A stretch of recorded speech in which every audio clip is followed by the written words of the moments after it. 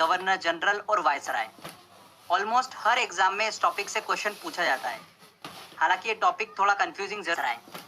Almost हर exam में इस topic से क्वेश्चन पूछा जाता है। हालांकि ये टॉपिक थोड़ा कंफ्यूजिंग जरूर है, पर मैं आपको सबसे इजी वे में इस टॉपिक को समझाऊंगा। ध्यान दे, जितना मैं आपको बताऊंगा आपको उतना ही याद रखना है, क्योंकि पढ़ने के लिए तो बहुत ज़्यादा है, आप कंफ्यूज हो जाएंगे। इस टॉपिक को हम देखिए दोस्तों 2 वीडियो में कवर करेंगे। पहले वीडियो में गवर्नर, बंगाल के गवर्नर जनरल और भारत के गवर्नर जनरल को हम अच्छे से डिस्कस करेंगे। सेकेंड वीडियो में हम बात करेंगे सभी वायसराय के बारे में। क्लियर? वीडियो स्टार्ट करने से पहले एक एडवाइस देता हूँ, आप गवर्नर, गवर्नर जनरल या वायसराय के नाम याद करने पे फोकस मत करिएगा। उनके काम से उनका नाम याद करने की कोशिश करिएगा, ओके? क्योंकि एग्जाम में उनके समय काल में हुई एक्टिविटी से संबंधित क्वेश्चन पूछे जाते हैं। ये आप चीज़ ध्यान रखिएगा। देखिए फ्रेंड्स, मैं आपको थोड़ा इजी कर देता हूँ। किन किन गवर्नर, बंगाल के गवर्नर जनरल या भारत के गवर्नर जनरल पर आपको सबसे ज़्यादा फोकस करना है, मैं आपको नाम बता देता हूँ। Robert Clive, Warren Hasting, Cornwallis, Wellesley, Lord Hastings, William Bentinck, Metcalfe, Dalhousie और कैनिंग। इन नामों पर आपको सबसे ज़्यादा फोकस करना है, ठीक है? इनके समय काल में हुई एक्टिविटी आपको अच्छे से समझना है। देखिए फ्रेंड्स, पहली बार अगर आप इस टॉपिक को पढ़ रहे हो तो थोड़ा आपके लिए डिफिकल्ट जरूर होगा, पर इस लेक्चर को आप अगर 3 से 4 बार अच्छे से देख लेंगे और क्वेश्चन आंसर टेस्ट की प्रैक्टिस कर लेंगे तो आपके लिए टॉपिक बहुत ही ईजी हो जाएगा। देखिए, स्टोरी स्टार्ट होती है 1600 ईस्वी से। अंग्रेजों ने भारत के साथ व्यापार करने के उद्देश्य से ईस्ट इंडिया कंपनी की स्थापना करी थी। कब करी थी? 1600 ईस्वी में। और उस समय दिल्ली पर मुगल बादशाह जहांगीर का शासनकाल हुआ करता था। ब्रिटिश ईस्ट इंडिया कंपनी ने भारत में व्यापार करने के लिए जहांगीर से अनुमति मांगी और जहांगीर ने उनको अनुमति दे दी और अंग्रेजों ने भारत में व्यापार करना क्या कर दिया? शुरू कर दिया। आगे चलकर 1757 में ब्रिटिश लोगों ने बंगाल पर आक्रमण किया, जो कि आप सभी को पता ही है, प्लासी के युद्ध के नाम से जाना जाता है वो युद्ध। इस तरह से अंग्रेजों ने अपना शासन क्या करा? बंगाल पर भी स्थापित कर लिया। ये युद्ध ब्रिटिश सरकार ने रॉबर्ट क्लाइव के नेतृत्व में लड़ा था, इसलिए ब्रिटिश ईस्ट इंडिया कंपनी के भारत में संचालन करने हेतु बंगाल का पहला गवर्नर किसको बना दिया? रॉबर्ट क्लाइव को बना दिया। तो भारत में नियुक्त होने वाला बंगाल का पहला गवर्नर कौन बना दोस्तों? रॉबर्ट क्लाइव बना। वर्ड को ध्यान से समझिएगा, मैंने बोला है बंगाल का पहला गवर्नर, ओके? कौन था? रॉबर्ट क्लाइव था। तो चलिए, डिटेल में स्टडी करने से पहले एक मैं आपको ओवरव्यू दे देता हूँ कि किस तरीके से हम लेक्चर को आगे समझेंगे। 1757 से लेकर 1772 तक ब्रिटिश सरकार का जो सर्वोच्च पद हुआ करता था वो बंगाल के गवर्नर के नाम से जाना जाता था। आगे चलकर 1773 में रेगुलेटिंग एक्ट आया। उसके बाद से ब्रिटिश सरकार का सर्वोच्च पद बंगाल के गवर्नर जनरल के नाम से जाने लगा था 1773 के बाद से। इसके बाद 1833 में चार्टर्ड एक्ट आया। ब्रिटिश सरकार का सर्वोच्च पद जो था बंगाल के गवर्नर जनरल की बजाय भारत के गवर्नर जनरल के नाम से जाने लगा। तो फ्रेंड्स ध्यान रखिएगा। फिर आगे चलकर 1858 से इसे बदलकर वायसराय कर दिया गया और जब भारत 1947 में आज़ाद हुआ उसके बाद से वायसराय की पदवी को हटा दिया गया और उसके स्थान पर फिर से गवर्नर जनरल के पद को अपनाया गया था, जब तक कि भारत का संविधान लागू हुआ। तो फ्रेंड्स, ये मैंने आपको एक ओवरव्यू दिया है, इसलिए बताया मैंने आपको कि हम आगे किस तरीके से स्टडी करेंगे, आपके लिए बहुत ईजी हो जाएगा। तो चलिए एक एक करके हम सभी जितने भी इम्पोर्टेंट पॉइंट्स हैं उन सभी को डिस्कस करेंगे समय काल के अकॉर्डिंग। तो सबसे पहले मैंने आपको बताया था बंगाल का पहला गवर्नर कौन बना था? रॉबर्ट क्लाइव बना था। तो उसी के समय काल से हम स्टार्ट करते हैं। रॉबर्ट क्लाइव ने अपने शासनकाल के दौरान द्वैत शासन मतलब डायआर्की व्यवस्था को लागू किया था। द्वैत शासन क्या होता है? देखिए, जब किसी भी स्थान पर शासन व्यवस्था जो होती है वो 2 शासक के हाथों में हो तो उसे क्या बोलते हैं? डायआर्की व्यवस्था या फिर द्वैत शासन कहा जाता है। भारत इसका सबसे अच्छा एग्जाम्पल है। देखिए, भारत में शासन व्यवस्था 2 हाथों में है, केंद्र सरकार और राज्य सरकार। भारत के हित के विषय केंद्र सरकार के पास में, जैसे ट्रांसपोर्ट, करेंसी, ये सारे विषय जो होते हैं वो केंद्र सरकार के अंतर्गत आते हैं। स्वास्थ्य, पुलिस, शिक्षा, ये सभी विषय जो है ये राज्य सरकार के अधीन आते हैं। तो भारत में डायआर्की सिस्टम है। तो रॉबर्ट क्लाइव ने भी इसी सिस्टम को लागू किया था। तो रॉबर्ट क्लाइव के समय काल में प्रशासन जो था वो बंगाल का नवाब चलाता था और भू राजस्व, सैनिक संरक्षण, ये सभी जो थे ये ईस्ट इंडिया कंपनी के हाथों में थे। आगे चलकर देखिए, रॉबर्ट क्लाइव के बाद में वेरेल्स्ट अगले गवर्नर बने, उसके बाद कर्टियर और उसके बाद 1772 में वॉरेन हेस्टिंग बंगाल के गवर्नर बने। तो हमको वॉरेन हेस्टिंग का समयकाल अच्छे से समझना है। देखिए बहुत ही इंपॉर्टेंट है, क्वेश्चन बनता है यहाँ से, ध्यान रखिएगा। इसके समयकाल में 1773 में रेगुलेटिंग एक्ट आया।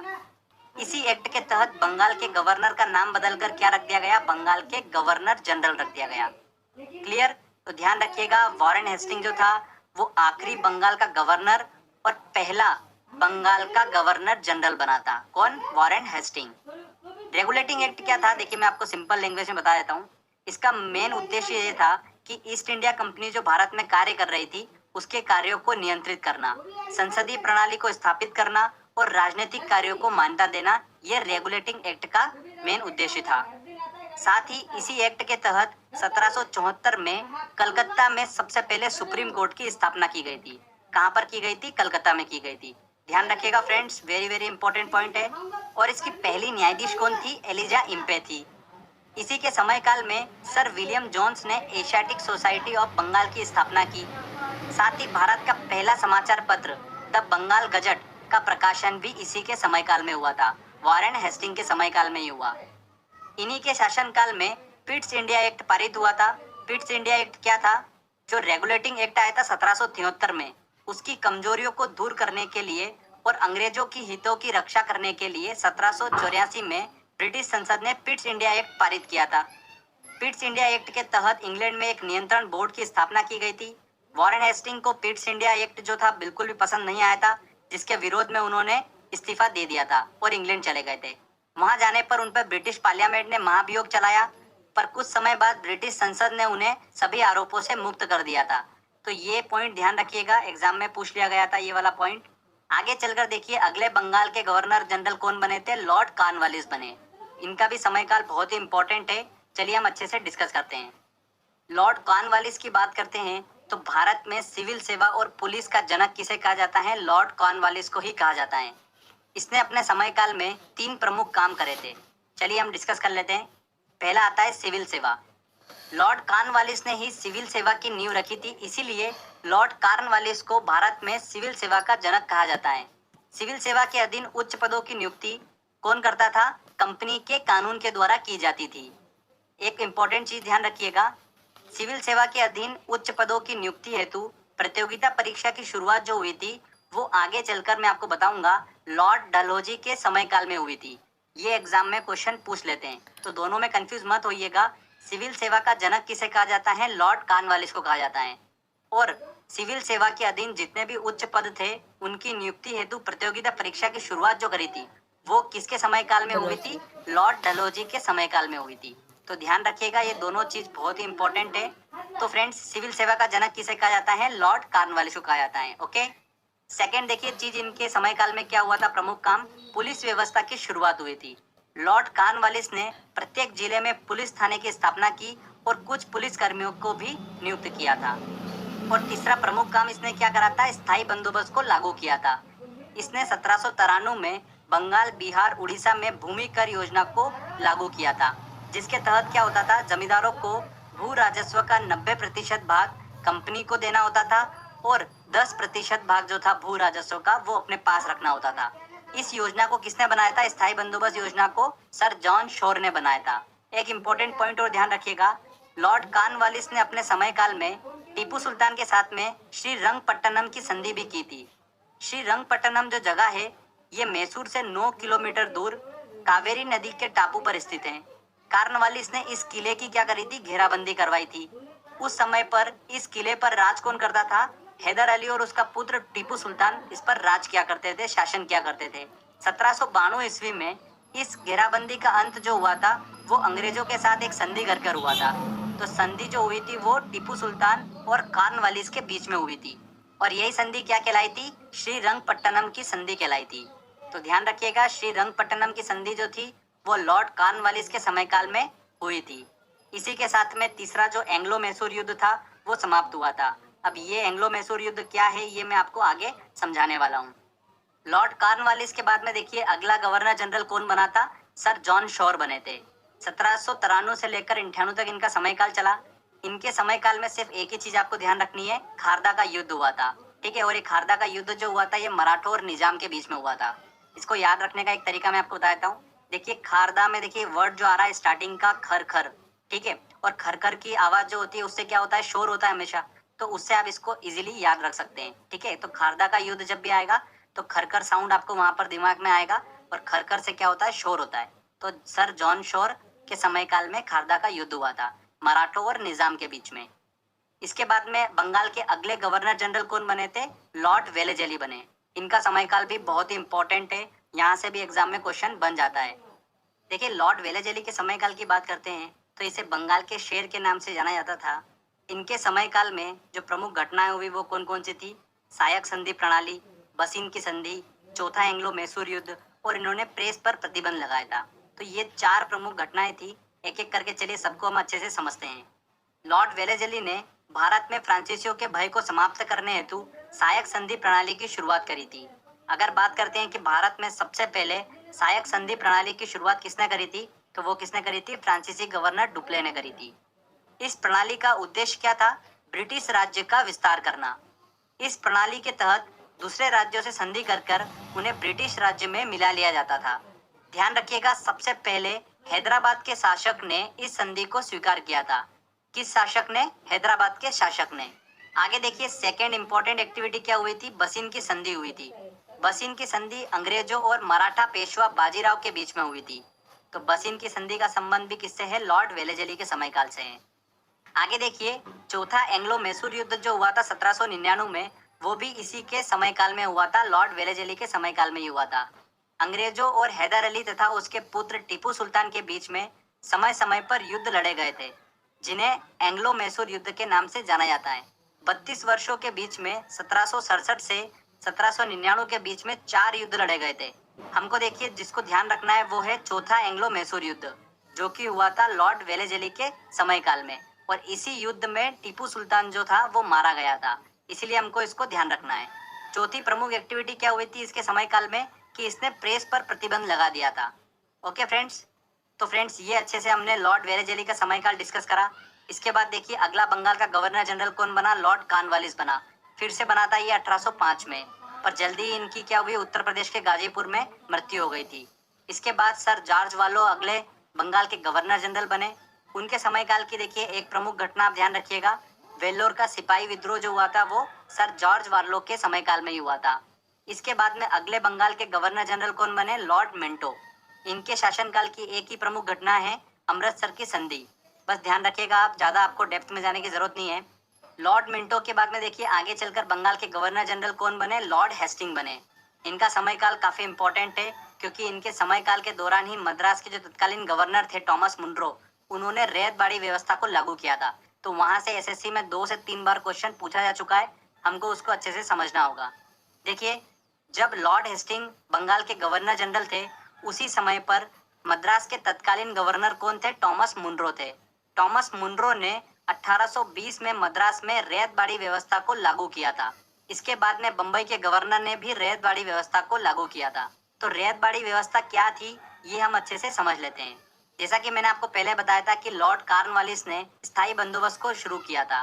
स्थायी बंदोबस्त में क्या होता था, किसान और सरकार के भूमि कर के बीच में जमींदारों का रोल हुआ करता था। जमींदार बीच में लगान की लूटबाजी करने लगे थे, जिसके कारण सरकार का राजस्व जो था वो नहीं बढ़ पा रहा था। तब ब्रिटिश सरकार ने इसकी कमियों को दूर करने के लिए एक नई योजना बनाई थी, जिसका नाम क्या था, रैयत बाड़ी व्यवस्था। इस व्यवस्था के अंतर्गत जमींदारों का रोल खत्म कर दिया गया और किसान को ही सीधे भूमि का मालिकाना हक दे दिया। अब किसानों को लगान सीधे ब्रिटिश सरकार को देना होता था। रैयत बाड़ी व्यवस्था के अंतर्गत जो किसान कर नहीं देता था, उससे जमीन छीन ली जाती थी। ध्यान रखिएगा, रैयत बाड़ी व्यवस्था सबसे पहले मद्रास में लागू हुई थी। मद्रास के किस जगह पर, बारामहल में शुरू हुई थी। इसके बाद देखिए अगले गवर्नर जनरल कौन बने, बंगाल के लॉर्ड एमहर्स्ट बने। इनका समयकाल इतना इंपॉर्टेंट नहीं है, आपको ध्यान देने की जरूरत नहीं है। उसके बाद देखिए फिर अगले गवर्नर जनरल कौन बने, बंगाल के विलियम बेंटिक। ये बहुत ही इंपॉर्टेंट है। 1828 से लेकर 1835 तक इनका समयकाल चला। इनके समयकाल के दौरान ही 1833 में चार्टर्ड एक्ट आया। चार्टर्ड एक्ट के तहत बंगाल का गवर्नर जनरल जो था अब भारत का गवर्नर जनरल कहलाने लगा। तो ध्यान रखिएगा, विलियम बेंटिक भारत का पहला गवर्नर जनरल बना था। अगर हम बात करते हैं कि बंगाल का आखिरी गवर्नर जनरल कौन बना, तो वो कौन था, लॉर्ड विलियम बेंटिक। और भारत का पहला गवर्नर जनरल कौन बना था, वो बना था लॉर्ड विलियम बेंटिक। ठीक है, अब देखिए इनके समय काल में आपके लिए थोड़ा सा इजी बना देता हूँ। एक ट्रिक से देखिएगा, बेंटिक का नाम जो था वो क्या स्पष्ट कर रहा है, बैन। बैन मतलब किसी चीज़ पर बैन लगा देना। तो जितनी भी गलत गलत चीज़ें थी, लॉर्ड विलियम बेंटिक ने उन पर सब पर बैन लगा दिया और अच्छी अच्छी चीज़ों की शुरुआत करी थी। जैसे राजा राम मोहन राय के साथ मिलकर सती प्रथा को समाप्त कर दिया, उस पर बैन लगा दिया। ठगी प्रथा पर बैन लगा दिया, मतलब उसको समाप्त कर दिया। सभी गलत चीज़ों पर बैन लगा दिया, मतलब बंद कर दिया। इसीलिए इनके समय काल में कोई भी युद्ध नहीं हुआ था। ध्यान रखिएगा, इनका समय काल शांति का समय काल कहलाता है। अगर आपसे एग्जाम में कोई युद्ध से रिलेटेड क्वेश्चन पूछ ले तो ये तो आपको क्लियर हो चुका है कि लॉर्ड विलियम बेंटिक के समय काल में कोई भी युद्ध नहीं हुआ था। तो अगर ऑप्शन में आता है तो इसको बिल्कुल मत लगाइएगा। अगर अच्छे काम की बात करते हैं तो 1835 में इन्होंने कलकत्ता में मेडिकल कॉलेज की स्थापना की। अंग्रेजी लैंग्वेज को भारत में उच्च शिक्षा का माध्यम बनाया। ये एग्जाम में क्वेश्चन पूछा गया था। नहरें, सड़कें, तालाब जैसे कई सार्वजनिक सुधार इन्होंने अपने समय काल में किए थे। तो ये लॉर्ड विलियम बेंटिक का समय काल आप ध्यान रखिएगा। इसके बाद देखिए अगले भारत के गवर्नर जनरल कौन बने, चार्ल्स मेटकॉफ। चार्ल्स मेटकॉफ के समय काल में एक ही प्रमुख घटना हमको दिमाग में रखना है कि इन्होंने अपने समय काल में प्रेस को स्वतंत्रता दिलाई थी। ध्यान रखिएगा, प्रेस को स्वतंत्रता किसने दिलाई थी, चार्ल्स मेटकॉफ ने दिलाई थी। लॉर्ड वेलेजली के टाइम पर प्रेस पर प्रतिबंध लगा दिया गया था, जो कि चार्ल्स मेटकॉफ ने उस प्रतिबंध को हटा दिया अपने समय काल में। चार्ल्स मेटकॉफ के बाद देखिए भारत के अगले गवर्नर जनरल कौन बने थे, ऑकलैंड, एलेनबरो, हॉर्डिंग्स। ये भारत के अगले गवर्नर जनरल बने। इनका समय काल देखिए ज़्यादा हम डिस्कस नहीं करेंगे क्योंकि इतनी इंपॉर्टेंट एक्टिविटी हमको यहाँ पर नहीं देखने को मिलती है। बस इतना ध्यान रखिएगा, एलेनबरो के समय काल में ही दास प्रथा का अंत हुआ था और रविवार को छुट्टी की शुरुआत भी इन्हीं के समय काल से हुई थी। हॉर्डिंग्स के समय काल में देखिए पहला एंग्लो सिख वॉर हुआ था। ध्यान रखिएगा, पहला एंग्लो सिख वॉर कब हुआ था, लॉर्ड हॉर्डिंग्स के समय काल में हुआ था। इसके बाद में देखिए भारत का अगला गवर्नर जनरल कौन बना, डलहौजी बना, जिनका समय काल चला 1848 से लेकर 1856। बहुत ही इंपॉर्टेंट है, यहाँ से एग्जाम में क्वेश्चन निकल कर आता है इनके समय काल से। लॉर्ड डलहौजी की बात करते हैं तो इन्हें ही आधुनिक भारत के निर्माता के रूप में जाना जाता है। देखिए कौन कौन सी प्रमुख घटनाएं हुई इनके समय काल में, चलिए डिस्कस करते हैं। रेलवे का विकास हुआ। पहली रेल डलहौजी के शासनकाल में ही 1853 में बम्बई से ठाणे के बीच में चली थी। संचार प्रणाली का विकास भी इन्हीं के समय काल में हुआ। पहली संचार सेवा जो थी वो आगरा और कलकत्ता के बीच में शुरू हुई थी। 1854 में देखिए इनके समय काल में ही डाकघर अधिनियम पास हुआ था, जिसके तहत पहली बार डाक टिकटों का प्रचलन शुरू हुआ था। आगे देखिए सिविल सेवा के अधीन पदों की नियुक्ति जो होती थी पहले, वो कंपनी के कानून के द्वारा होती थी, पर डलहौजी ने इस सिस्टम को चेंज कर दिया और सिविल सेवा के अधीन पदों की नियुक्ति हेतु प्रतियोगिता परीक्षा की शुरुआत करी थी इन्होंने। ध्यान रखिएगा, लॉर्ड डलहौजी ने ही प्रतियोगिता परीक्षा की शुरुआत करी थी। पहले भारतीय आईएएस की बात करते हैं तो कौन बने थे, सत्येंद्र नाथ टैगोर बने थे। 1863 में पहले भारतीय आईएएस बने थे सत्येंद्र नाथ टैगोर। लॉर्ड डलहौजी ने अपने शासनकाल में व्यक्तिगत का सिद्धांत, जिसे बोल सकते हैं हम कि हड़प्पा नीति, उसकी शुरुआत करी थी, जिसे इंग्लिश में क्या बोला जाता है, doctrine of lapse. Very very important है, यहाँ से एग्जाम में क्वेश्चन पूछा गया था। लॉर्ड डलहौजी ने इस नीति को ब्रिटिश साम्राज्य का विस्तार करने के उद्देश्य से लागू किया था। इस नीति में देखिए क्या होता था, वे राज्य जिनका कोई भी उत्तराधिकारी नहीं है, ठीक है, उनसे शासन जो था वो छीन कर ब्रिटिश राज्य में मिला लिया जाता था। हड़प नीति के तहत ब्रिटिश राज्य में विलय होने वाला पहला राज्य जो था वो कौन सा था, सतारा था। ध्यान रखिएगा, सतारा पहला राज्य था जो हड़प नीति मतलब व्यक्तिगत का सिद्धांत डॉक्ट्रिन ऑफ लैप्स के तहत ब्रिटिश राज्य में मिलाया गया था। आगे चलकर जयपुर, संबलपुर, उदयपुर, झांसी, इन राज्यों को हड़प नीति के तहत ब्रिटिश राज्य में मिला लिया गया। तो ये लॉर्ड डलहौजी का शासनकाल हमने अच्छे से डिस्कस करा। वेरी वेरी इंपॉर्टेंट पॉइंट है, रेलवे का विकास, संचार प्रणाली का विकास, डाकघर अधिनियम, सिविल से